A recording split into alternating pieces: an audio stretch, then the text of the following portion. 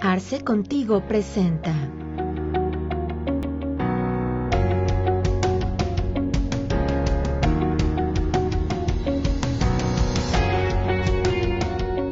Hola, ¿qué tal? Bienvenidos sean todos a esta sesión de Arce Contigo. Estamos muy contentos de que nos acompañen el día de hoy y por supuesto esperamos que se encuentren muy bien en salud, que todas sus familias se encuentren también muy bien de salud y que bueno, nos sigamos cuidando de esta situación que vivimos, que desafortunadamente no para y que bueno, seguimos sufriendo algunas consecuencias de estas situaciones. Les doy la más cordial bienvenida y pues bueno, agradezco mucho que estén con nosotros. El día de hoy un tema que me encanta, creo que es un tema que es fabuloso para los empresarios, para los contadores, para los abogados. Es un tema que tiene muchísimo de qué platicar y esperamos que podamos abordar la mayor parte de las condiciones que nos van a poder ayudar a analizar y entender más a fondo este tema de la planeación fiscal.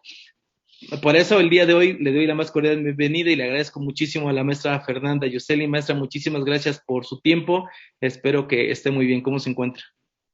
Muy bien, muchas gracias, contador. Al contrario, la verdad es que siempre es un gusto poder compartir pues una tarde de jueves. Sobre todo, miren, les comentaba y también aprovechando el espacio, doctor Juan José, nada más para dar este aviso. Bueno, aquí en su casa, Cuernavaca, Morelos, está a punto de soltarse un diluvio, entonces cualquier cuestión técnica no es que la licenciada se haya querido ir, sino temas de internet, temas de luz. Bueno, recordemos que nada tiene menos palabra que la tecnología, ¿no? En este caso, la electricidad. Es correcto. Por eso ya vi al doctor Juan José y bueno, un servidor también, con cafecito en mano para que no se... ¿Verdad? Sí, mira, exacto, no podía faltar.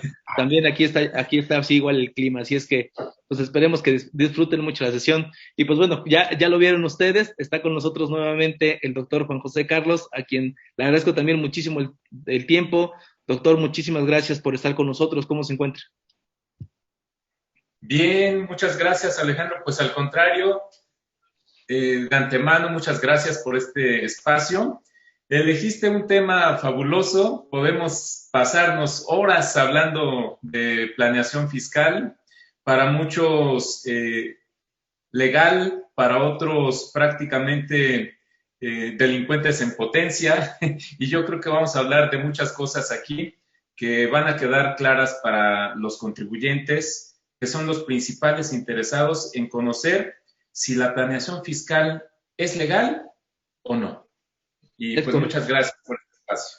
Es correcto, doctor. Muchas gracias. Sí, básicamente la intención de esta sesión es justamente platicar acerca de este tema de la legalidad que tiene la planeación fiscal.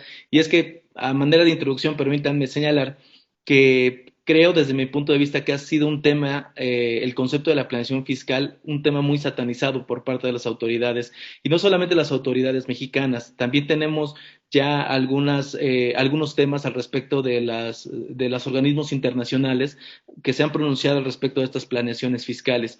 Y obviamente, y tenemos como prueba el botón más claro aquí en México, que pues bueno, los principales dos enemigos de esta administración federal han sido la evasión y la elusión fiscal y el tema justamente del outsourcing, ¿no? Y en estos casos, pues el tema de la evasión y la elusión fiscal creo que merece un análisis por aparte, porque independientemente de que la autoridad ha hecho su labor al respecto de señalarlo, de satanizarlo, de ponerle como un tache ahí de entrada al tema de la planeación, no me parece que sea justamente ese es el tema o esa la intención que pudiéramos entender como empresarios al respecto en este sentido.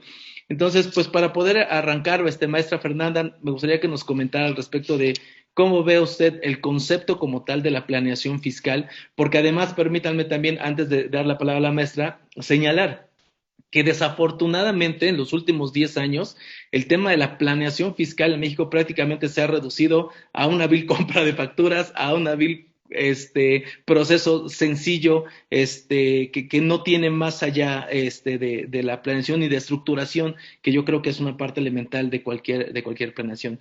Entonces, maestra, en este caso me gustaría que nos pudiera usted regalar sus comentarios al respecto justamente de qué es la planeación fiscal y cómo debemos de entender desde un punto de vista jurídico este concepto.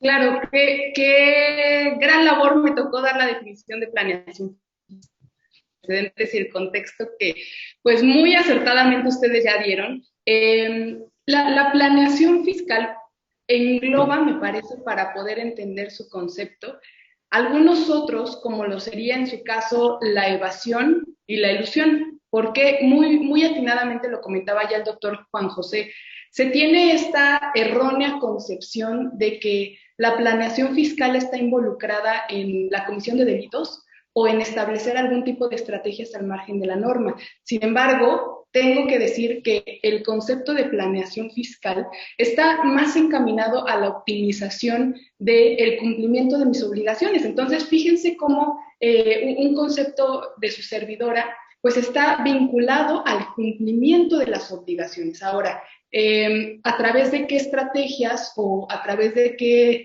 decisiones, ¿no? Ya sea como empresario o como asesor, que en su caso yo proponga al empresario, al contribuyente, bueno, pues ya serán encaminados, repito, a la optimización del cumplimiento. Esto no está vinculado, y perdón que sea tan repetitiva en el tema, pero es una cultura que se ha venido manejando desde hace muchísimos años en México, porque y me gustaría hablar sobre un poquito de los antecedentes de la cuestión de la planeación fiscal a nivel internacional, porque a nivel internacional, a diferencia de México, bueno, y me refiero en la actualidad ya cambia un poquito el tema, pero hace muchos años en algunos otros países, como incluso Alemania o en Estados Unidos, el tema de la planeación fiscal se contemplaba, repito, desde hace muchísimos años como un derecho de los contribuyentes, es decir, no solamente es una opción, sino que es un derecho que debes ejercer. Y bueno, hasta aquí me voy a quedar porque el primer tema que me asignaron fue definición y repito, hasta ahí sería eso, ¿no? Sería una forma de optimización, es decir, establecer estrategias para optimizar el cumplimiento de las obligaciones fiscales. Claro. Fíjese, maestra, que retomando y parafraseando lo que usted nos acaba de señalar, creo que hay dos puntos que me gustaría que el doctor Juan José también puntualizara y conocer su opinión. ¿Cómo está ligado el tema de la conceptualización ahorita de la planeación fiscal en la idea de la autoridad con la elusión y la evasión fiscal? Además, la evasión y la elusión fiscal ilegal, ¿no? Porque además ese es el concepto inmediato a donde nos lleva. Y por otro lado, me llama mucho la atención que la maestra Fernanda nos dice, es un derecho del contribuyente. Entonces, si es un derecho, ¿por qué la autoridad ha insistido de manera tan incisiva en querer acotar ese derecho a solamente lo que estrictamente la norma señala? Sí, mira, Alejandro, y yo creo que eso que estás comentando ahorita, con mayor razón, porque ya lo dijo nuestra jefa del SAT, ¿no? Raquel Buenrostro. No va a haber reforma fiscal. No es necesaria si podemos ir y recaudar al contribuyente, ¿no? Situación que se va a tornar difícil porque de acuerdo a la estrategia que ellos tienen programada, bueno, pues esas empresas o esos contribuyentes que fueron publicados en la lista del 69D, que como tú dices, si hablamos de planeación fiscal, muchos se fueron por el equivalente a la compra de facturas, ¿no? Para muchos eso era su planeación fiscal y así lo estuvieron haciendo.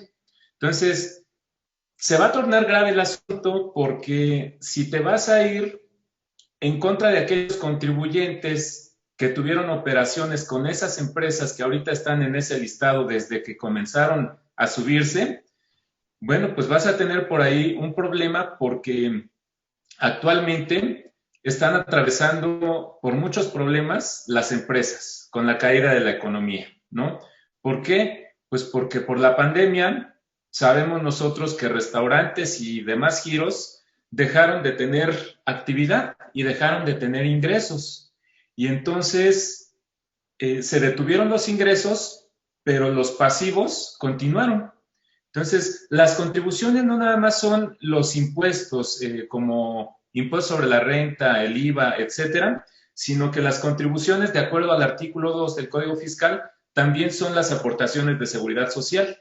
Entonces, si las empresas ya no tienen ingresos, pero tienen esa obligación para con sus trabajadores de seguirles pagando, y el Seguro Social no ha detenido en ningún momento el cobro de las cuotas obrero-patronales, y no son sensibles respecto a esa situación, bueno, el empresario se está viendo en ese tipo de problemas. No tengo ingresos, pero de lo que tengo le estoy pagando a mis trabajadores. Estoy pagando las rentas de la oficina o del lugar donde está el negocio, ¿no? Tengo créditos que había solicitado anteriormente y que los estoy pagando. Entonces, ¿qué hago si no tengo ingresos? Seguro social, ¿cómo te voy a pagar cuotas obrero-patronales si apenas estoy sacando los sueldos de mis trabajadores, ¿no? Entonces, si te vas a ir a recaudar al contribuyente respecto de ejercicios pasados y le vas a decir, pues todas las operaciones que tuviste con estas empresas que están en este listado del 69, pues autocorrígete y paga el impuesto. ¿Por qué? Porque si no, echo a andar todo el mecanismo legal que ahora tengo, te puedo iniciar a procesos penales y privarte de tu libertad. Y todos sabemos que ahorita el SAT tiene grandes colmillos que le fueron dotados ya con todas estas reformas que hubo y que sí los está utilizando, ¿no? Yo creo que tanto la maestra Fernanda como tú, Alejandro, pues hemos tenido oportunidad de escuchar, pues cuando se junta el procurador fiscal, la jefa del SAT, y el procurador fiscal va con todo y dice, vamos detrás de ustedes y tarde o temprano les vamos a llegar, ¿no? Y están espantando al contribuyente. Y en ese aspecto, ya para concluir esta participación que me das, sí me gustaría leer rápido una definición que encontré del Colegio de Contadores Públicos, ¿no? Adelante, y doctor. dice una definición, la planeación fiscal consiste en la elección por parte del contribuyente de los actos más convenientes a sus intereses para obtener un objeto lícito y disminuir su costo fiscal, así dice, ¿no? Sí. Entonces, estoy de acuerdísimo con esa definición, por muy sencilla que parezca, que el contribuyente puede elegir el acto jurídico que le beneficie más fiscalmente. Entonces, si hay una persona que quiere transmitirle la propiedad de su casa a uno de sus hijos, hay diferentes actos jurídicos para hacerlo. Puede haber desde una compraventa que sí va a generar un impuesto, hasta la donación que va a estar exenta en términos de ley de ese ascendiente con su descendiente, ¿no? Entonces, si llega un verdadero asesor fiscal y le dice, oye, si lo que quieres es transmitirle la propiedad de tu casa a uno de tus hijos sin obtener ninguna ganancia, ¿sí? Esta es la mejor manera. Y muchas veces el contribuyente no lo sabe, ¿no? Entonces, por muy sencilla que parezca la definición, pues sí aplica, porque conociendo ya esos aspectos de la ley que me permiten realizar un acto jurídico que no va a causar la obligación del tributo, pues yo voy y elijo el más conveniente. Claro, ¿no? claro, sí, Entonces, totalmente. en ese aspecto. Claro, doctor. En ese sentido, maestra, estamos ya como entendiendo un poquito más a fondo qué es la planeación, ¿no? ¿Qué es la planeación fiscal? Entendemos que no la planeación fiscal es solamente el ahorrarme tributo, el ahorrarme pago de impuestos. Entenderemos que no es eso, que es un derecho que tengo como contribuyente. Y ahorita con la definición también que nos comparte el doctor Juan José, además, inclusive entraría o encajaría muy bien los conceptos de economías de opción, ¿no? O sea, ¿hasta dónde me da esa libertad la autoridad para que yo pueda elegir el negocio a través de las formas que mejor me convengan a mí como empresario? Entonces, ¿cómo actúa la autoridad ante esta situación? ¿Qué tanta libertad nos está dando? Y ahorita quisiera también entrar, y si usted también nos quiere comentar al respecto, sobre esas, dice el doctor Juan José, las garras que tiene la autoridad, ¿no? ¿Cómo se llaman esas garras? 5A, 69B, esquemas reportables, así se llaman esas garras, ¿no? Así es. Exactamente. Sí, pues como lo dicen los clientes de la autoridad, ¿no? Que a través de las reformas fiscales hemos visto que se le han aumentado facultades, no solamente de fiscalización, sino también de gestión, que salvo su mejor opinión hoy en día me parecería son las más preocupantes, porque de forma unilateral, por ejemplo, ¿no? Ya puede hacer una restricción temporal o una cancelación de certificados de sellos digitales, entonces no tiene que someterse a un procedimiento a través del cual determine X circunstancias, sino que únicamente si la autoridad considera que nos ubicamos en el supuesto, bueno, pues se va a llevar a cabo. Eso, como lo comentaba, ya son estos dientes de la autoridad, pero me parece que un punto fundamental para que entendamos a qué me refiero cuando hablo de un derecho del contribuyente, pues me parece que es importante que hablemos de cuál es el sustento legal o cuál es el fundamento, al menos constitucional, que establece justamente esto, que es un derecho de los contribuyentes. Es decir, en otras pláticas de repente hablábamos sobre el tema de las deducciones estructurales, ¿no? O las deducciones no estructurales, y muchos contadores o muchos colegas decían, bueno, pues es que en este caso la autoridad acepta la procedencia o el legislador nos da la posibilidad. No, no, no. Las deducciones estructurales no son una concesión graciosa del legislador. Un sistema tributario, para hacer, vamos a decirlo, para que cumpla con parámetros mínimos, debe tener deducciones estructurales, ¿no? Entonces, un símil pasa con la planeación. No es una concesión graciosa del legislador o no es una concesión graciosa de la autoridad en el sentido de decir, a ver, te permito determinadas actividades, pero desde otro análisis o otras actividades, aquí aplica esquemas reportables, aquí aplica 5A del Código Fiscal de la Federación, aquí aplica. Entonces, ¿hasta dónde nosotros debemos entender por qué se trata de un derecho y por ende hasta dónde debemos nosotros saber qué sustenta este derecho? Y me parece que de entrada, y bueno, aquí siempre se lo digo a mis alumnos, tatúense el 31 fracción cuarta de la Constitución en la frente, porque eso es lo que da origen absolutamente a todo. ¿Y por qué lo menciono en este momento? Porque bueno, sabemos que el 31 fracción cuarta establece la obligación de contribuir al gasto público, sí. Ya lo sabemos, es una obligación. Ahora, el 31 fracción cuarta establece dos tipos de obligaciones a su vez, y todos lo sabemos: la obligación de fondo, que se traduce en un pago, y la obligación de forma, que se traduce en todos aquellos mecanismos, vamos a decirlo, administrativos, ¿no?, que yo debo llevar a cabo para al final del día pagar. Por ejemplo, presentar declaraciones informativas, por ejemplo, darme de alta en el Registro Federal de Contribuyentes, por ejemplo, presentar avisos, ¿no?, cualquier aviso de cambio de domicilio fiscal. Entonces, todas esas obligaciones formales y todas esas obligaciones de fondo, evidentemente, pues están sujetas a algo que se relaciona con este 31 fracción cuarta, que es el artículo 5 de la Constitución. Ahora, oiga, licenciada, ¿por qué nos está hablando del artículo 5 que establece la posibilidad, vamos a llamarlo, una libertad contractual, una libertad de decidir qué actividades o qué actos jurídicos quiero celebrar, pues dependiendo de mi situación jurídica, ¿no?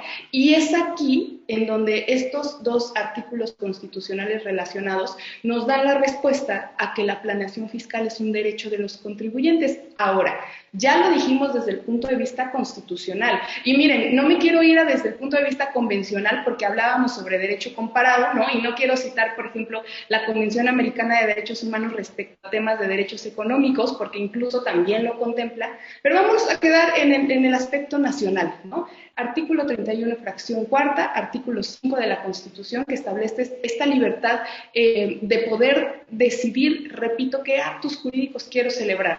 Ahora, vámonos a bajar un poquito a temas legales, y la pregunta obligada sería, ¿qué establece el Código Fiscal de la Federación en el artículo 6? ¿No será que establece la autodeterminación de las contribuciones? Entonces, si me dice a nivel constitucional, ¿tienes la obligación de contribuir al gasto público? Sí, pero también tienes el derecho de tú decidir a través de qué actividades o qué actos jurídicos quieres celebrar, y de eso dependerá la forma en la que tú contribuyas al gasto público. Ahora, si eso lo relacionamos con el artículo del Código Fiscal de la Federación que les acabo de mencionar, en donde se establece, todos lo sabemos, que yo, contribuyente, debo determinar, pues en este caso, las contribuciones que deba enterar. Bueno, pues eso adminiculado me da la respuesta, insisto, a que estamos frente a un derecho. ¿Y por qué es importantísimo? Lo decía en un inicio de esta plática. Es muy importante entender que si se vincula la planeación fiscal con la comisión de un ilícito, eso quiere decir que no estamos entendiendo qué es planeación fiscal. La planeación fiscal está encaminada a observar la norma y determinar cuál es el supuesto jurídico en el que me ubico, pero que más me beneficia. Es decir, es mi derecho, y voy a poner un ejemplo muy burdo, pero para que todos, no sé si nos están viendo contadores, empresarios, ¿no? Directivos que en algún momento tendrán que, valga la redundancia, tomar estas decisiones, estas estrategias. Bueno, cuando nosotros, por ejemplo, somos una persona física, supongamos que llevamos a cabo actividades económicas que bien pudieran ubicarse en el régimen de actividades empresariales, pero también se ubican en el régimen de incorporación fiscal. Entonces recordemos que, bueno, el régimen de incorporación fiscal tiene un tratamiento benéfico distinto al régimen de actividades empresariales. ¿Será que yo me tengo que dar de alta en este régimen de actividades empresariales? De lo contrario, estoy llevando a cabo la comisión de un ilícito, y la respuesta evidente es no. Tú tienes la posibilidad, si así llegara a ser el caso, obviamente habrá que analizar si sí tú o si tienes esa posibilidad, vaya, tú tienes la facultad de decidir, tienes el derecho de decidir en cuál de los supuestos o cuál será la norma en la que ubicarás tu situación. Entonces, esto por completo nada tiene que ver con la comisión de un delito. Simplemente tú, ciudadano, ejercitas el derecho establecido a nivel constitucional, que está en el artículo 5, repito, y la autoridad, esta concepción que por cierto también Contador ya tocaba. ¿Cuál es el contexto de los famosos dientes, ¿no? De las garras de la autoridad? Bueno, pues desgraciadamente se ha llegado al absurdo, al ilógico, de pensar en que tomar esta decisión, que les pone el ejemplo, ya conlleva de forma implícita la comisión o la tendencia a evadir. Y cuando hablamos de evasión, ya estamos hablando de la comisión de un delito. Por eso les decía al inicio, elusión y evasión no son lo mismo. Elusión es optimizar, pero a través de la aplicación del supuesto normativo, es decir, cumpliendo la norma. Evasión es dejar o reducir mi base imponible, pero a través de la comisión de delitos. Y la planeación fiscal nada tiene que ver con temas de evasión. Eso es un delito, es decir, el hecho de que nosotros a través de conductas dolosas, de simulaciones o todo este tipo de la realización de algún tipo, de cualquier tipo de conducta que tenga que ver con la evasión, eso nada tiene que ver con el tema de la planeación fiscal. Hasta aquí, y respecto a los dientes de la autoridad contador que ya mencionaba, bueno, pues no lo dice como tal la normativa nacional, sino esto viene justificado a través de cuestiones internacionales, como algunas organizaciones como la OCDE, a través de las famosas BEPS, en donde decíamos, bueno, los esquemas reportables, que es un tipo de dientes que ahora se le da a la autoridad porque tiene posibilidad de sancionarnos si es que no cumplimos con estas obligaciones. Los esquemas reportables, la cláusula, la famosa cláusula antiabuso, entre muchas otras cuestiones que desde 2014 venimos viendo, como también el tema de la presunción de operaciones inexistentes. Todo esto pudiéramos llegar a pensar que es de cuestiones nacionales, pero resulta que no. México, les decía, forma parte de esta organización, la OCDE, y se establecen directrices que los estados deben adoptar. Entonces, bueno, si nosotros leemos las famosas BEPS, nada tienen que ver con el establecimiento de esquemas reportables. Eso ya se extralimitó el Estado mexicano, pero bueno, es la justificación, ¿no? Entonces, el establecer, repito, estos esquemas reportables, la cláusula antielusión, etcétera, se justifica a nivel internacional y tiene la tendencia de esta errónea cultura que acabo de mencionar, es de ver al contribuyente que planifica el debido cumplimiento de sus obligaciones como un evasor, que repito, nada tiene que ver, ¿no? Entonces, de repente les comento a mis alumnos en aula, miren, incluso tiene que ver, olvídense de cuestiones jurídicas, tiene que ver hasta con cuestiones lógicas. ¿Por qué el legislador establece distintos regímenes o distintos supuestos o distintos beneficios si no estamos posibilitados de aplicarlos? ¿no? Eso tiene que ver incluso, repito, hasta con cuestiones lógicas. Si el legislador te da la posibilidad de obtener algún tipo de beneficio o de no ubicarte en el supuesto, etcétera, bueno, pues estás en posibilidad contribuyente de tomar esas decisiones, repito, sin contravenir la norma. Correcto, maestra. Aquí me llama mucho la atención que dentro de los comentarios que usted nos señala es que tendríamos que entonces que entender que los esquemas de planeación se encuentran inmersos dentro de la norma, son los que la propia norma me otorga. En ese sentido, pues bueno, creo que sería lo que la autoridad de manera en efectos recaudatorios, que es al final de cuentas lo que la autoridad busca, creo que sería como la forma más plana de verlo, ¿no? Porque ¿qué pasa cuando la legislación es omisa o es oscura en el manejo de algunos conceptos? De ahí que es que se han estado dando muchísimas planeaciones, por ponerlas entre comillas, ¿no? Pero de ahí se han dado muchísimas cosas. Doctor Juan José, ahí me gustaría como conocer su opinión al respecto de lo que comenta la maestra Fernanda. Las planeaciones entonces ya están dadas por la propia norma, es decir, las opciones que me da la legislación de renta o de IVA son las planeaciones a las que yo puedo acceder, o puede haber otras que aunque no se estén expresamente establecidas en la norma, yo también pueda acceder a ellas y que no por eso caiga yo un esquema forzosamente de evasión o de elusión fiscal, ¿no? Ya, fíjate, abonando un poquito a lo que comentaba la maestra, del artículo 31, fracción cuarta de la Constitución, que establece, sí, la obligación de los mexicanos a contribuir al gasto público, pero establece dos principios fundamentales, ¿no? De la manera proporcional y equitativa. Entonces, la Suprema Corte ya definió totalmente qué debemos entender por proporcionalidad. Y de ahí que debemos entender por ese término que el contribuyente está obligado a pagar impuestos con base en su verdadera capacidad contributiva. Y esto, pues, tiene la obligación implícita de que el Estado debe ser el primero en respetar ese principio de proporcionalidad o cuidar que realmente se cumpla ese principio de proporcionalidad, ¿no? Y me atrevo a decir que muchas veces desde las leyes no se cumple. Aquellas disposiciones que dicen, pues, respecto de ciertos conceptos, horas extra, etcétera, solamente vas a poder deducir un 47% o un 53%. Oye, ¿por qué?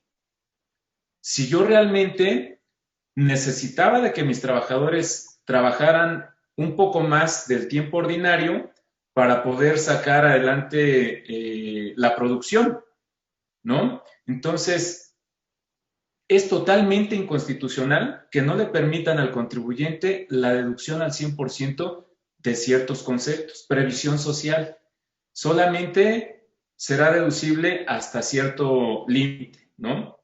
Bueno, entonces, gobierno, si yo trato de darle un beneficio a mis trabajadores para que mejoren su nivel de vida y tú me dices, si vas a pagar previsión social, solamente tienes derecho a reducir X porcentaje, por ley estás violando flagrantemente ese principio constitucional, porque no veo razón de ser. Ahora, si lo que tú como Estado persigues es que haya mayor pago de impuestos, si se están quedando mis trabajadores es porque voy a sacar más producción y voy a vender más y mis ingresos van a aumentar y mis ingresos acumulables van a aumentar mi base gravable y vas a tener un mayor impuesto sobre la renta, ¿no? Entonces, aquí con ese tipo de cosas, los que nos dedicamos a la consultoría, defensa fiscal, entre otras cosas, sabemos que muchos contribuyentes justos pagaron por algunos pecadores que hay por ahí. ¿Y qué quiere decir esto? A mí, de verdad, siempre me viene a la mente, aquí en el despacho de un servidor tenemos un área contable también. Entonces, me me viene mucho a la mente en una ocasión que citaron a un cliente, un ingeniero, y el contador le dijo, le voy a mostrar sus estados financieros. Y ya le proyecta, ¿no? Y usted tuvo una utilidad de tanto y por lo tanto le corresponde un impuesto a cargo de X cantidad, ¿no?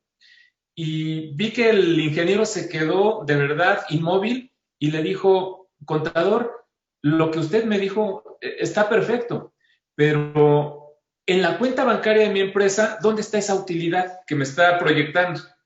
Ah, no, es que usted tiene una serie de no deducibles. Vamos, está contribuyendo sobre una utilidad ficticia. ¿Por qué? Porque por alguna razón ciertos gastos ya no fueron deducibles por algún candado o exigencia legal, pero sí eran gastos de su operación. Y me viene rapidísimo a la mente otro cliente de una constructora que me dice, oye, fíjate que me dieron un contrato de construir un edificio, pero llegó conmigo un sindicato y me dijo, los camiones de arena y de grava nos los vas a tener que adquirir a nosotros, los del sindicato. Y si no te hacemos un escándalo, te paramos la obra y no continúas, ¿no? Y no hay factura. Entonces, dice el contribuyente, oye, ¿qué hago? Voy y le digo al Estado, puedes tomar cartas en el asunto y parar con esas arbitrariedades de los sindicatos que vienen a amenazarme y me ocasiona todo ese tipo de problemas. Pues si vas y le dices al Estado, te va a decir, es tu problema. O sea, no tienes manera de conseguir factura por la grava y la arena que ocupaste, porque el sindicato ya te dijo, yo no doy factura, pero me adquieres a mí los camiones de arena y de grava, pues tu problema. Si a fin de cuentas lo utilizaste en tu operación y no hay factura, simplemente no es deducible, ¿no? Entonces, entramos como que al juego de, y Estado, ¿qué estás haciendo para evitar ese tipo de problemas a los contribuyentes, ¿no? Entonces, los contribuyentes de a pie, que yo les llamo, son los que tienen los problemas, pequeños y medianos. Los grandototes tienen una serie de planeaciones fiscales que a veces nada tienen de planeación, sino son delitos a todas luces. Pero bueno, los que se ven en problemas son los pequeños y medianos, que dicen, bueno, ¿y qué hago? ¿No? Ahora, lo que decía hace rato la maestra, pues sí, hay tres formas de bajar tu carga tributaria, ¿no? A través de la economía de opción, que ahí no hay vuelta de hoja. Régimen de arrendamiento, que es el ejemplo más simplista. Elijo la deducción ciega del 40% o me voy a mis gastos deducibles reales, ¿no?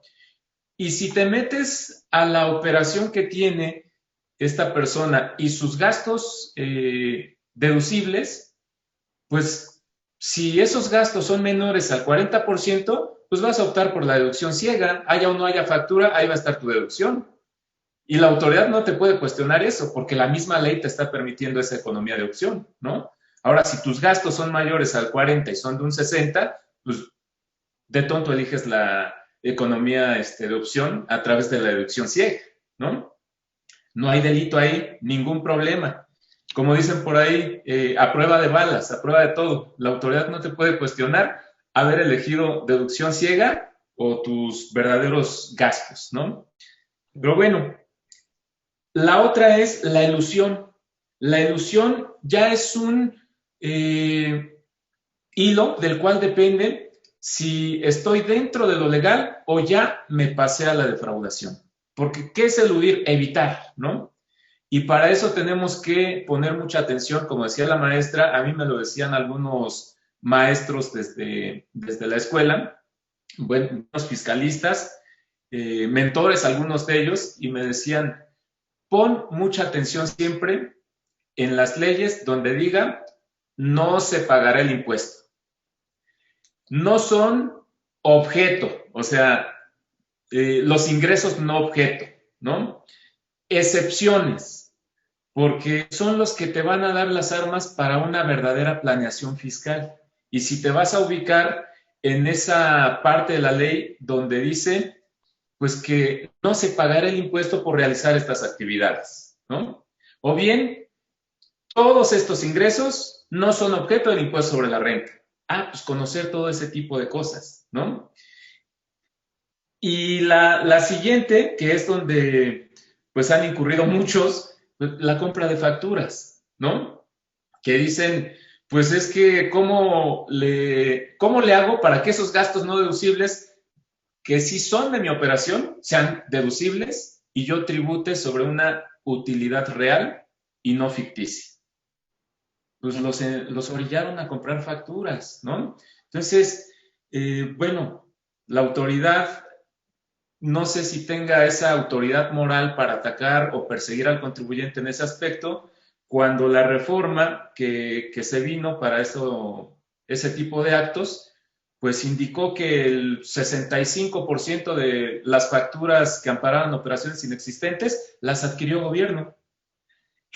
Entonces, si ahí le adicionamos a que algunos funcionarios de la misma autoridad fiscal se han visto inmersos en cuestiones de compra-venta de facturas, o sabes que te vacuno la empresa, voy y te hago una auditoría y digo que eres una palomita blanca y ya no te pueden revisar ese ejercicio y vamos a trabajar juntos, como dicen esas leyendas urbanas, ¿sí?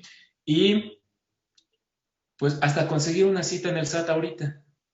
No se pueden conseguir citas, pero por ahí está la leyenda urbana de que si la compras sí tienes cita, ¿no? Entonces, ¿con qué autoridad moral la autoridad viene a perseguir al contribuyente con esa falta de sensibilidad también de que aquí, desde mi punto de vista, hay una omisión de impuestos, te rechazo todas estas deducciones porque no tienes contrato, porque no hay fecha cierta? Híjole, y si realmente sí fue un préstamo y si el contribuyente no fue bien asesorado y no lo respaldó con un contrato y no le dio fecha cierta a ese contrato, pues son los malos asesores, creo yo, los que meten en problemas al contribuyente, ¿no? Y que le dan pauta a la autoridad a que lo consideren un delincuente en potencia cuando trate o cuando apenas el contribuyente hable de planeación fiscal. Para la autoridad fiscal, el que el contribuyente hable de planeación fiscal es un delincuente en potencia, ¿no? Claro. Y es que justamente en ese tema, doctor, la autoridad ha estado como llevando, y lo decíamos hace un momento, el tema de la planeación fiscal en automático en elementos de elusión y de evasión fiscal, en automático. O sea, es como por default, y lo decía usted a un inicio, todos somos delincuentes hasta que se demuestre lo contrario. Y en este andar o en este objetivo único recaudatorio por parte de la autoridad, porque todas las acciones que son recaudatorias, no se provee de otra situación a los contribuyentes, pues evidentemente se caen en esos abusos, ¿no? Y bueno, y si le añadimos lo que culturalmente ha afectado desde mi punto de vista tanto al país como los temas de corrupción y ese tipo de cuestiones, pues evidentemente caemos en muchos temas ahí interesantes que a veces salen hasta de nuestras manos, de tanto del contribuyente como de los asesores, ¿no? Maestra, a mí me gustaría retomar lo que hace un momento comentaba al respecto justamente de que la planeación fiscal pues tiene muchísimas aristas. Inclusive, y en lo personal a mí me ha tocado ver desde cuando llego con un contribuyente, la planeación fiscal puede ser inclusive desde su proceso de constitución, ¿no? O sea, a mí me ha tocado empresarios que por default son sociedades anónimas, por ejemplo, porque quieren constituir una empresa y en automático son sociedades anónimas, o porque así fueron con el notario y así el notario les dio un formato para poderlo constituir de esa forma.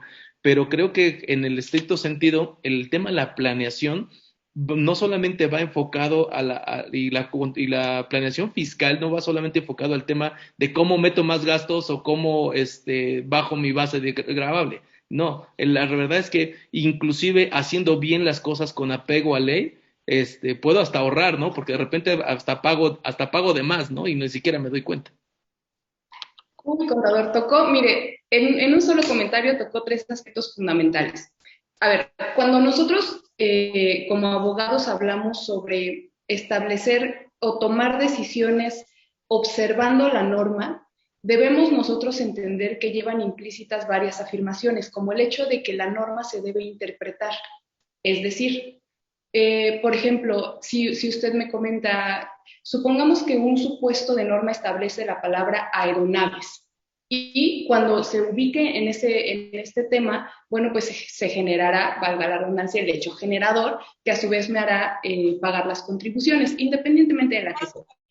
Cuando nosotros leemos la palabra aeronaves, requiere un ejercicio de interpretación. Por ejemplo, si me ubico en el supuesto en el que el contribuyente lo que enajena son drones. Si un contribuyente está utilizando este tipo de productos, repito, drones, y yo necesito saber si se ubica o no en la hipótesis de causación, pues lo que voy a hacer es interpretar la norma. O también, si lo quiero sacar de ese supuesto, válidamente yo podría concluir que los drones no entran dentro de aeronaves y que por ende no le es aplicable esta cuestión, es decir, no se genera la obligación de enterar el tributo. Ahora, repito, cuando nosotros hablamos de planeación, hay muchas normas que requieren o una interpretación o incluso, y en el peor de los escenarios, las normas requieren que nosotros acudamos a otros ordenamientos para suplir las lagunas o las deficiencias que tiene esa misma norma.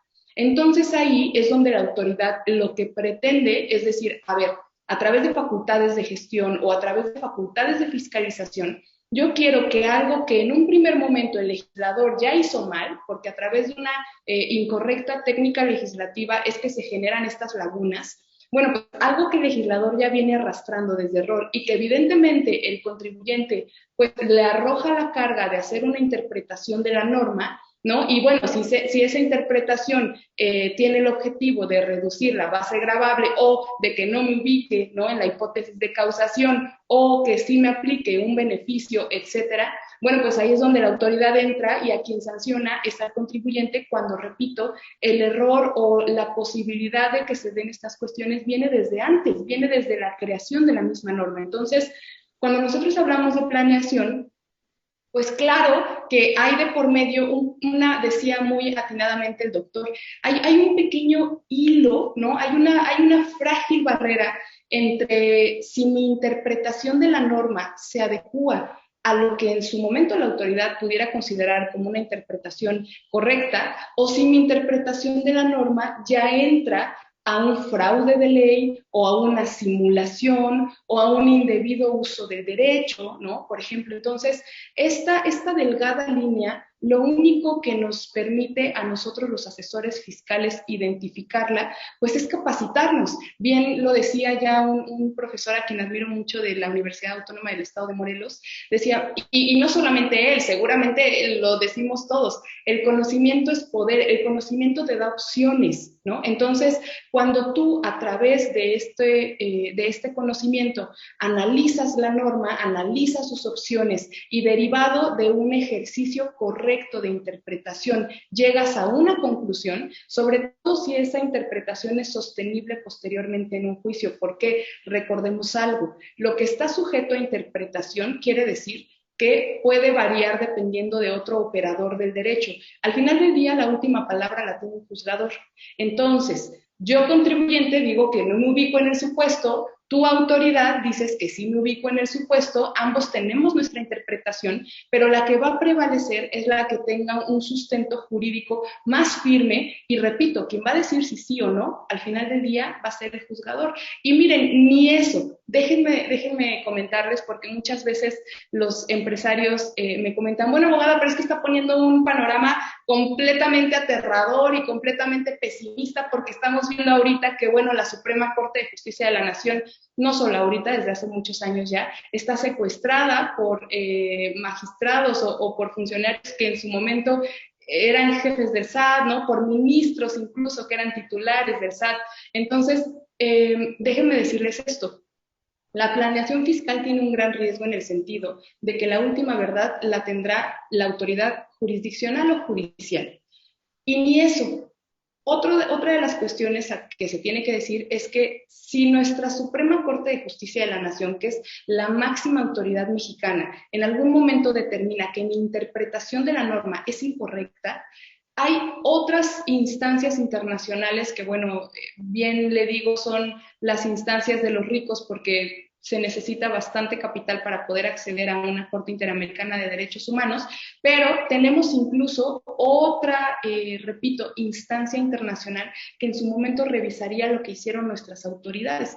Entonces, cuando nosotros hablamos de planeación, claro que la autoridad se le pone los pelos de punta porque está consciente de esta circunstancia, está consciente de este contexto, de que va a tener que pelearse en un medio de defensa, llámese juicio de nulidad, llámese amparo, llámese revisión, va a tener que pelearse su interpretación contra mi interpretación. Entonces, eso es a lo que mucho le temen y ese es el origen de que regule o limite el derecho que se llama planeación fiscal. ¿Y cómo lo limita, licenciada? Bueno, pues establece esquemas reportables que las BEPS, les decía, no llegan a tal extremo. Bueno, pues establece la famosa cláusula antielusión. Bueno, pues te requiere que acredites la materialidad, te requiere la sustancia económica, te requiere la razón de negocios, te requiere... Y entonces... todas estas cuestiones, bueno, insisto, se derivan del hecho de que la norma es sujeta a interpretación y mi interpretación tendré que en su momento sostenerla en un medio de defensa. Correcto. Solamente para aclarar el comentario, maestra Fernanda, el artículo 5, me parece, del código es el que establece que la norma fiscal es de aplicación estricta, ¿no? Pero no permite interpretación para los elementos del tributo solamente, ¿no? ¿Esto es correcto? No, uy, contador, ya tocó otro tema. Miren, no me toquen este bal porque no se nos queda. Miren, aquí hay una controversia muy fuerte. De hecho, les puedo recomendar con mucho gusto. Hay un debate que se da entre un autor que seguramente todos conocemos, que es Jean-Claude Trompetit, en donde él dice, a ver, el artículo del Código Fiscal de la Federación no establece que no se pueda interpretar. Establece que las normas que señalan los elementos de la contribución, llámese objeto, base, tasa, tarifa, algunos consideran el hecho generador, la verdad variará. El punto es que no habla sobre la interpretación, habla sobre la estricta aplicación, que son cuestiones completamente distintas. Toda norma, y miren, se los puedo, me aventuraría incluso a apostar que algún valiente me diga una sola norma que no es sujeta de interpretación. Si hay un valiente que me dice, esta norma, licenciada, no necesita interpretación, les regalo un libro. Es más, contador, aquí me comprometo a que si hay alguien que me asegure y que además efectivamente haya una norma que no es sujeta de interpretación, yo le regalo un libro. ¿Por qué? Porque absolutamente todas las normas se interpretan. Lo que establece el precepto contador del Código Fiscal de la Federación es su aplicación estricta, es decir, yo no puedo analógicamente, ¿no?, aplicar, en este caso tan burdo que les ponía de las aeronaves, ¿no?, supongamos. Para yo saber, y ojo porque establece uno de los elementos de la contribución, ¿no? Cuando hablo de cuál será pues el objeto de este tributo. Supongamos que yo estoy hablando en el sentido de que este tributo grava la propiedad de aeronaves. Ahí tenemos el objeto, propiedad de aeronaves. Y entonces, para yo poder saber si es aplicable o no al supuesto de un contribuyente que enajena drones, pues tengo que interpretar a qué se refiere la norma con aeronaves. No hay de otra. Ya sea a través de una interpretación que la Corte considera es la más estricta, que se denomina interpretación gramatical, es decir, me voy corriendo al diccionario de la Real Academia de la Lengua Española y me dice que aeronaves es, pero eso, contador, eso es interpretación. Entonces, cuando yo concluyo a qué se refiere la norma cuando cita la palabra aeronaves, bueno, entonces ya yo a raíz, insisto, de un ejercicio de interpretación, bueno, pues puedo llegar a la conclusión válida que los drones, ¿no?, por ejemplo, no estarían incluidos en este concepto, o que los drones sí están incluidos en este concepto. Ahora, a lo que se refiere el artículo es, una vez que interpreté, yo no puedo decir, si derivado de mi interpretación concluyo que los drones no se ubican, entonces yo no puedo decir, pues mira, un avión es algo muy similar a un dron, pues contémplalo, ¿no? O que la autoridad me diga, mira, un avión, la verdad, pues también vuela, ¿no? También requiere determinada, pues también entran los drones, no importa. No, ahí ya es la aplicación de la norma y eso es de carácter completamente estricto. Si derivado de tu interpretación no se ubican, pues no se ubican y punto. No puedo aplicarlo ni por analogía, ni por mayoría de razón, ni cualquier otro ejercicio que me permita, pues, como dicen, si no te queda, punto, ¿no? Como la zapatilla de Cenicienta, no te quedó ni modo. Lo mismo ocurre cuando este artículo habla, bueno, de la aplicación estricta de la norma que establece los elementos de la contribución. Correcto, muchas gracias, maestra. Doctor Juan Carlos, aquí hay un tema también importante que lo hemos señalado ya en el transcurso de la plática del día de hoy, que es justamente estos elementos o esta situación que se presenta en el 5A del Código Fiscal de la Federación al respecto de la razón de negocios. Creo que este es uno de los temas trascendentales para poder establecer la legalidad o no de una planeación fiscal, porque la autoridad inclusive pues ya nos dio elementos para poder medirla, ¿no? A través de poder comprobar que existe una razonabilidad de los negocios o del negocio que se realiza. ¿Cuáles serían sus comentarios, doctor, al respecto de este artículo? Digo, sin llegar a ser, evidentemente, por tiempos una interpretación o un análisis total del artículo, porque trae muchísimas acepciones, pero el tema de poder entender cómo me aplica esta razón de negocios o cómo yo puedo entender que mi operación o mi planeación que estoy generando tiene una razonabilidad en términos fiscales.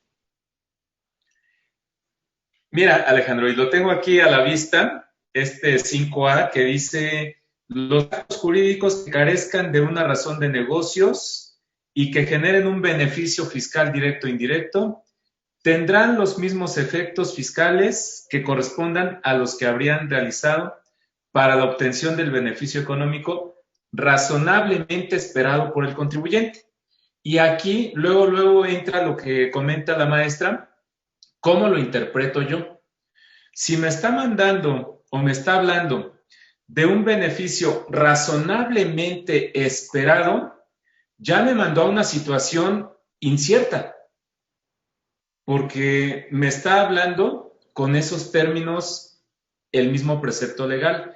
El beneficio económico razonablemente esperado. ¿Por qué? Porque eso que esperas puede que se dé o puede que no se dé, el beneficio económico.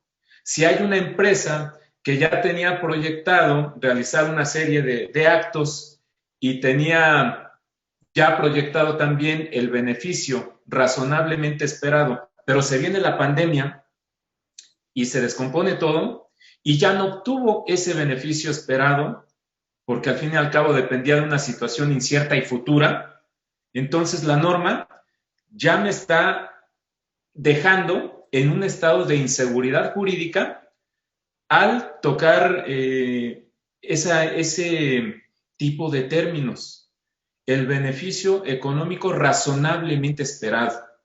Oye, autoridad, entonces, ¿me vas a echar para atrás mi negocio realizado porque te vas a fundar en ese párrafo y al ver tú que no hay un beneficio económico razonable, un beneficio económico y sí un beneficio fiscal que ves ahí, y para ti la aplicación es respecto al beneficio económico razonablemente esperado, te estás basando, autoridad, en un hecho incierto al utilizar ese tipo de términos. Claro. Y estamos interpretando como manifiesta la maestra, ¿no?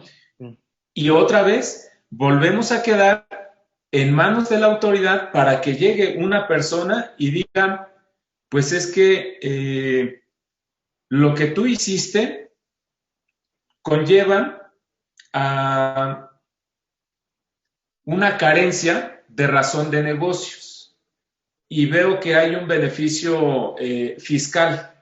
Entonces voy a recaracterizar el acto y le voy a dar los efectos como si se tratara de un acto que trajera a futuro un beneficio razonablemente esperado.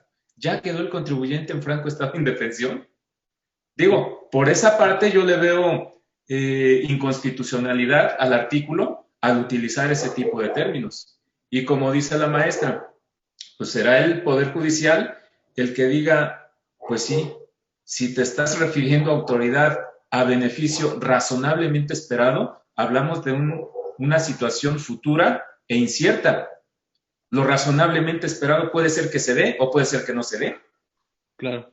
Sin embargo, para ti ya se dio, ¿no? Sí, justamente el tema de la razón del negocio cuando lo liga forzosamente a una utilidad o a un beneficio económico, creo que es ahí donde como que pierde un poquito de sentido, porque, bueno, ya lo establece como tal la norma, ¿no? Que el gasto o la erogación que tú estés realizando aumente tus ventas, disminuya tus ingresos, te posicione en el mercado, etcétera. Eso es que considera que es razonable.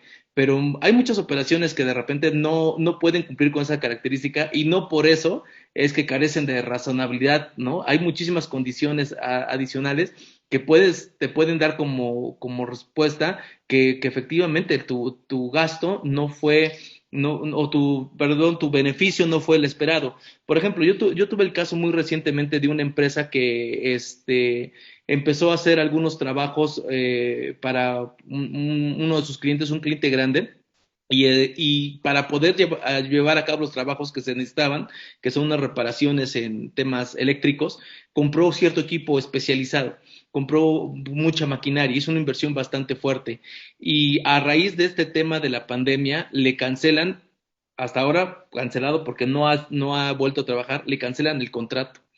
Entonces, todas esas erogaciones que esta persona realizó y de las cuales al momento, por lo menos ya tiene de un año, no va a obtener un beneficio económico de estas erogaciones que se efectuaron, la respuesta sería si la autoridad va a considerar que estos cumplen con este requisito de razonabilidad, ¿no? Exacto, porque el beneficio esperado no se dio, como dice aquí el precepto legal, ¿no? Sí, Entonces, adelante. al utilizar ese término esperado, pues puede ser que se dé o no se dé, y en el ejemplo que estás dando, no se dio, finalmente, ¿no? Claro, adelante, maestro. Sí, aquí me parece también que es muy importante cuando nosotros nos topemos frente a, de repente les digo, hace algunos años estaba completamente divorciado el tema de decisiones que se tomen por el titular de la administración pública, por el titular del Ejecutivo y política fiscal, ¿no? Hace años estaba divorciado este tema. Bueno, ahora está completamente, lo que se dice en las conferencias matutinas, bueno, al día siguiente ya lo podemos tener como una iniciativa de reforma, ¿no? Entonces, pues tenemos que estar al pendiente de qué es lo que está pasando. Pero algo que nos disipa muchas dudas es el objetivo o la naturaleza de las figuras jurídicas que se incorporan a la norma. Por ejemplo, esta famosa norma antiabuso, antielusión, su objetivo o su creación deriva del hecho de, pues justamente como lo dice, un abuso que se daba por parte de los contribuyentes de llevar a cabo operaciones, vamos a decirlo, nosotros le llamamos como una simulación relativa.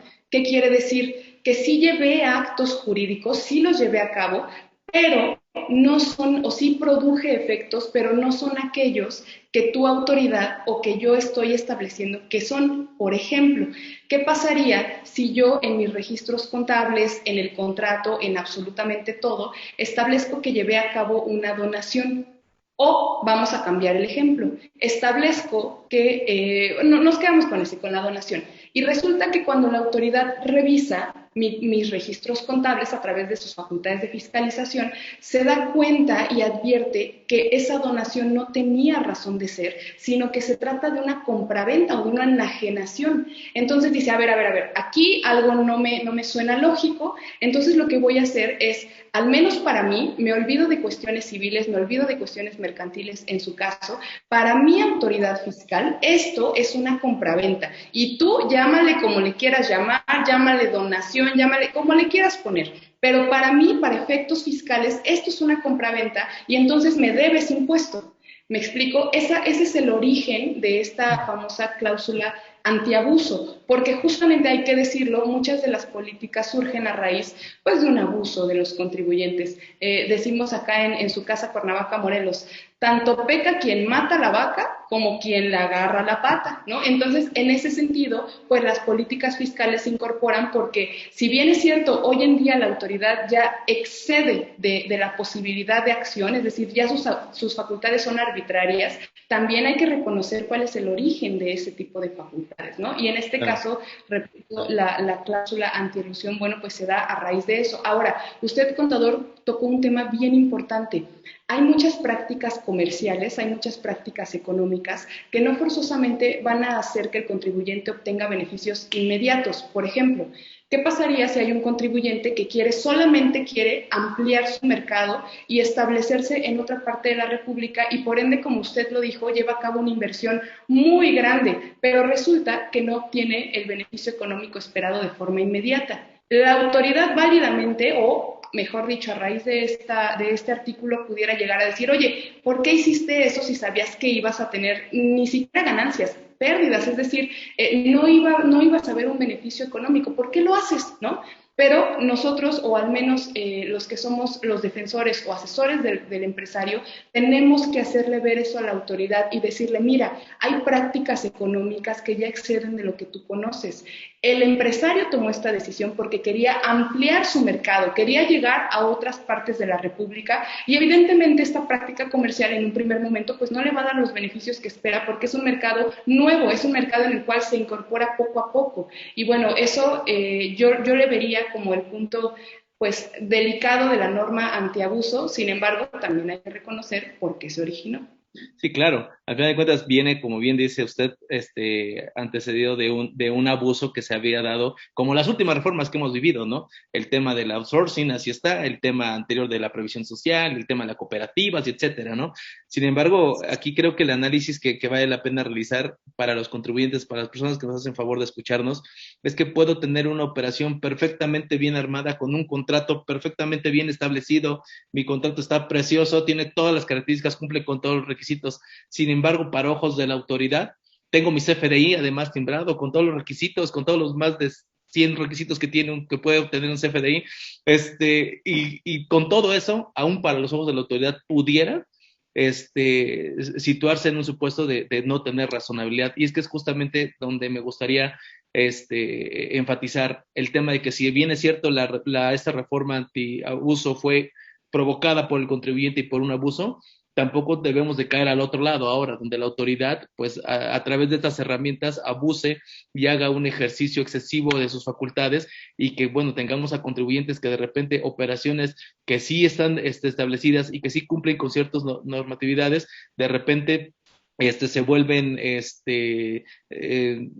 se vuelve complicada su operación, exactamente, ante la autoridad fiscal, ¿no? Cuando a lo mejor estoy cumpliendo todos los demás requisitos y la autoridad, para los ojos de la autoridad, no es así. Y creo que también ahí entramos ya en un tema en donde la autoridad también abusa de esas herramientas que se le han proveído, y entonces el contribuyente tiene que estar forzosamente en un supuesto de defensa, que eso también de repente a los contribuyentes les genera como un poquito de miedito todavía el tema de la defensa, ¿no? ¿Por qué? Porque pues ya saben, tengo esta situación, pero que no me vayan a revisar, porque si me revisan más a fondo ya tengo esta otra y tengo esta otra y tengo esta otra, ¿no? Al final de cuentas, eso es lo que sucede con los contribuyentes.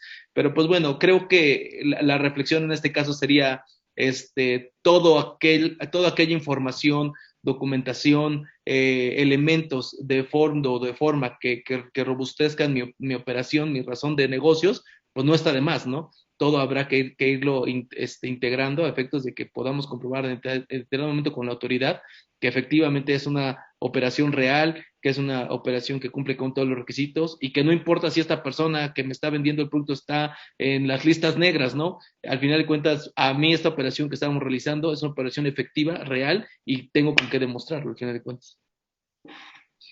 Sí, sí, exactamente. No debiera ser porque siempre he dicho que el artículo 31, fracción cuarta de la Constitución, establece la obligación de contribuir, no de fiscalizar a otros contribuyentes, ¿no? Entonces, sin embargo, repito, la norma no establece esta obligación de que yo arme un expediente, de que yo le pida una constancia de situación fiscal, de que yo le pida además que me acredite que tiene la infraestructura, el personal, ¿no? Todo esto para poderme brindar el servicio, no me obliga la norma. Sin embargo, a raíz de estas facultades de la autoridad, bueno, pues está haciendo justamente eso, que entre contribuyentes nos fiscalicemos. Y miren, lo tengo que decir muy a mi pesar, de forma muy brillante, nos está trasladando algo que le corresponde solamente a la autoridad. Así es correcto. Bueno, ya tenemos, doctor Juan José, el tema de del REPSE, ¿no? De los servicios especializados, por ejemplo. O sea, hay que armar nuestro expediente a nuestros proveedores y luego ni les aplica ni siquiera el tema del registro de servicios especializados, pero de todos modos lo están pidiendo, ¿no? Se vuelve un tema, sí, claro, increíble. Pasó con el tema de la retención del 6% del IVA, ¿no? Era únicamente para las empresas que prestaran servicios de subcontratación y ahora todo el mundo andaba pidiendo retención. Ahora está funcionando con el REPSE, pero es un tema ahí, de repente que nos gusta que nos maltraten a los contribuyentes. Pareciera. Sí, claro, Alejandro. Y ahí, como comenta la maestra, pues le pasaron ahí a las empresas esa parte del trabajo que debe tener la autoridad, porque, mira, tengo yo 2 clientes que ya se dedican a la remodelación de oficinas, ¿no? Uno trabaja con DHL, otro con Bancomer, y ya los 2 le dijeron, necesito tu registro en el REPS. Oye, pero de acuerdo incluso a un criterio que sacó Prodecon, tu personal va a recibir instrucciones directas de tu cliente. No, yo llego, remodelo y se acabó. Bueno, pues entonces no tienes obligación de registrarte, pero me lo está pidiendo y me dice DHL, o me das el registro o ya no tienes operaciones conmigo. Entonces, se registró y lo peor de todo, Se lo le dieron el registro. Ah, sí, se lo dieron. Sí. No, o sea, yo le dije, mira, vamos a registrarte, total del contrato, va evidentemente a darse cuenta la Secretaría del Trabajo que no estás en el supuesto y te lo va a negar. No, se lo dio. Ya le otorgó el registro, ¿no? Entonces, eso, pues, deja ver que la autoridad no está analizando las cosas bien.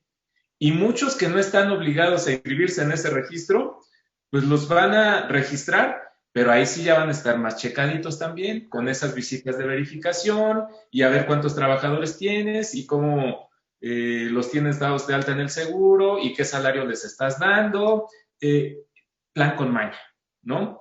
Entonces, van a estar por ese lado más checaditos todavía, ¿no?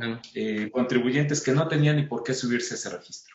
Decíamos con el doctor Carlos Burgoa, que le mando también un fuerte abrazo, decíamos, esas acciones de la autoridad son como gol del Chicharito, con los ojos cerrados, pero fue gol. Sí. Maestra Fernanda, sus comentarios finales al respecto del tema, sus impresiones, sus recomendaciones o sus observaciones al respecto de esto para las personas que nos hacen favor de seguirnos. Sí, me parece que si un mensaje de valor se pudiera llevar de esta intervención de su servidora es el hecho de entender que la planeación fiscal no es la comisión de delitos, es decir, quien lleva a cabo la compraventa de facturas está cometiendo un delito que mucho dista de llevar a cabo una correcta planeación fiscal, ¿no? Entonces, si nosotros cambiamos esta forma de entender este derecho del contribuyente, bueno, pues a su vez la autoridad entenderá que los planeadores fiscales no son evasores, al contrario. Fíjense, déjenme decirles una cuestión. Quien lleva a cabo una correcta planeación fiscal es una persona que conoce la norma y que por ende, gracias a ese conocimiento, puede determinar en qué supuestos sí se ubica y en qué supuestos no, porque el desconocimiento de la norma, ya bien lo dijo el doctor, es lo que mete en problemas a los contribuyentes, ¿no? Cuando nosotros le decimos, mira, fíjate que hay este nuevo esquema innovador y entonces vamos a simular, no, espérame, hay otras vías, hay otras opciones.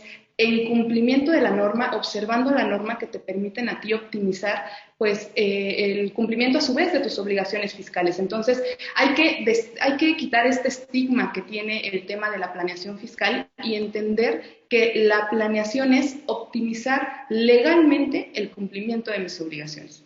Correcto. Muchas gracias, maestra Fernanda. Doctor Juan José, sus comentarios finales al respecto del tema. Gracias, Alejandro.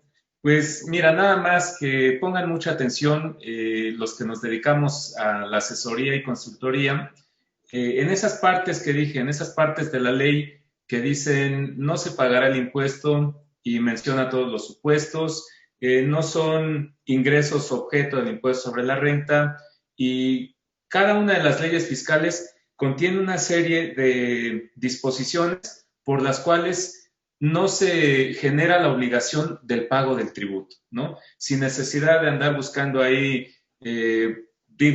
los ejemplos más simplistas que hemos estado comentando y que se abusó de ello, pues la compra de facturas, ¿no? A nosotros como abogados llega algún contribuyente y, oye, me rechazaron esta deducción. Ah, ok, ¿y qué es? Ah, pues es que contraté a X empresa para que me hiciera un servicio de mantenimiento de sillones para dentistas. Ah, ok. A ver, ¿y cuál es el objeto social de esa empresa? Me pasan su acta constitutiva y es una textilera, ¿no? Entonces, hay que cuidar mucho esas estrategias o pseudoestrategias que llegan y que están asegurándole al contribuyente que no va a tener ningún problema, que cualquier contingencia fiscal o laboral que surja, ellos salen al frente, cuando prácticamente la documentación que soporta esa pseudoestrategia, pues nos damos cuenta que es una auténtica defraudación fiscal, ¿no? Entonces, hay que tener cuidado con ese aspecto. El contribuyente hoy por hoy, y porque de verdad la autoridad sí está sobre el contribuyente en ese aspecto, los casos penales en materia fiscal van a aumentar y de eso nos vamos a dar cuenta más tarde. El plan estratégico de la autoridad para recaudar, porque no hubo reforma fiscal, pues tiene implícitas una serie de actos que cuando se había visto que al contribuyente se les cita en las oficinas de la autoridad, pero deja tu celular aquí, tu tablet déjamela aquí y vas a pasar tú solito, ¿eh? ¿Qué está buscando la autoridad? Que el contribuyente o que no la graben porque ¿qué le va a decir al contribuyente, no? Sabemos que hay también anécdotas de personas que fueron citadas ante la autoridad fiscal y pues prácticamente fueron amenazadas. ¿Y sabes qué? O te autocorriges o tengo todos los elementos para iniciar querella por un delito fiscal y pues tú dices, ¿no? Entonces, ante esa actuación por parte de la autoridad que sienta al contribuyente en la mesa con una pistola amartillada, amenazándolo por la cuestión penal que sí lo puede hacer, van a venir pues muchos problemas, mucha necesidad del contribuyente de contar con verdaderos asesores, ¿no? Y ya quedó establecido, creo yo, con los comentarios muy atinados de la maestra, comentarios tuyos, que la planeación fiscal sí es un derecho constitucional y legal. Nada más hay que cuidar con quién se va a hacer esa planeación y los supuestos que comprenden la misma. Gracias, doctor. Bueno, pues yo concluyo básicamente comentando que una de los malos hábitos, yo creo que nos dejó estos 10 años de compraventa de facturas, es que los contribuyentes están muy acostumbrados a las soluciones inmediatas, a las soluciones, yo les llamo de cajita, ¿no? Que prácticamente quieren que les aplique igual para todos. Y a lo mejor eso en algún momento funcionó y a lo mejor en algún momento fue viable. Actualmente la legislación ha cambiado muchísimo. Las herramientas que la autoridad tiene para fiscalizar son muy diferentes a las que se tenían hace 10 años y creo que es muy importante que los contribuyentes le pierdan el miedo al concepto de la planeación fiscal, que pierdan el miedo a poder hacer economías de opción, pero que sobre todo se asesoren de manera adecuada con los diferentes especialistas. Una planeación fiscal, de mi punto de vista, no la hace el contador, no la hace el abogado, no la hace el ingeniero, no la hace el empresario. Es un cúmulo, es un grupo interdisciplinario el que puede lograr hacer una planeación adecuada y sobre todo que esté dentro del marco que la ley nos está señalando, ¿no? Entonces, creo que en términos generales esa sería la recomendación o la observación que tendríamos para poder cerrar la sesión del día de hoy. Maestra Fernanda, doctor, les agradecemos muchísimo el tiempo que tomaron para estar con nosotros. De verdad que muy, muy enriquecedor los comentarios que nos hacen favor de compartirnos. Muchas gracias por el tiempo. Al contrario, contador, un gusto como siempre. Gracias. Gracias, contador. Gracias, maestra. Un placer haber estado con ustedes. De la misma forma, agradecemos a todas las personas que nos hacen favor de seguirnos. Les pedimos nos ayuden a compartir esta información y que, bueno, seamos más los que compartimos información con valor como la que acabamos de escuchar el día de hoy. Muchísimas gracias y que tengan excelente tarde. Te invitamos a seguirnos en nuestras redes sociales.